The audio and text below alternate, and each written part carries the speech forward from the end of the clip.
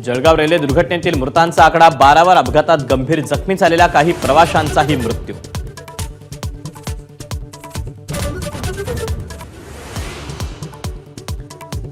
जळगावमध्ये पुष्पक एक्सप्रेसमधील प्रवाशांच्या आगीच्या अफवेनंतर ट्रेनमधून उड्या, समोरून येणाऱ्या बंगळुरू एक्सप्रेसची रुळावरील प्रवाशांना धडक।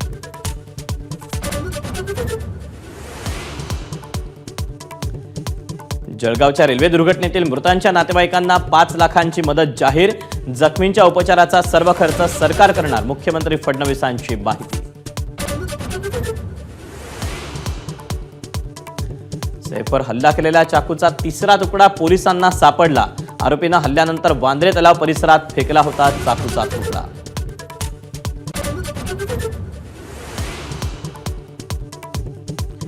अभिनेता सैफच्या रिकव्हरीवर शिवसेना नेते संजय निरुपम यांचे सवाल, तीक्ष्ण शस्त्राची जखम आणि 6 तासांच्या ऑपरेशननंतर फक्त 5 दिवसात एवढा फिटनेस कसा, एक्स पोस्टद्वारे शंका व्यक्त।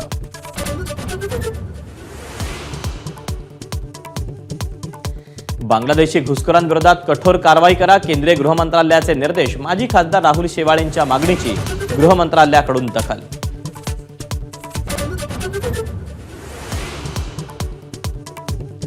मुंबईत रिक्षा टॅक्सीची 3-3 रुपयांची भाडेवाढ प्रस्तावित, रिक्षाचं किमान भाडं 23 रुपयांवरून 26, तर टॅक्सीचं किमान भाडं सध्याच्या 28 रुपयांवरून 31 रुपयांवर। कोलकाता T20 टीम इंडियाचा दणदणीत विजय, अभिषेक शर्माच्या विस्फोटक अर्धशतकाच्या जोरावर भारतानं इंग्लंडचा 7 गडी राखून केला पराभव।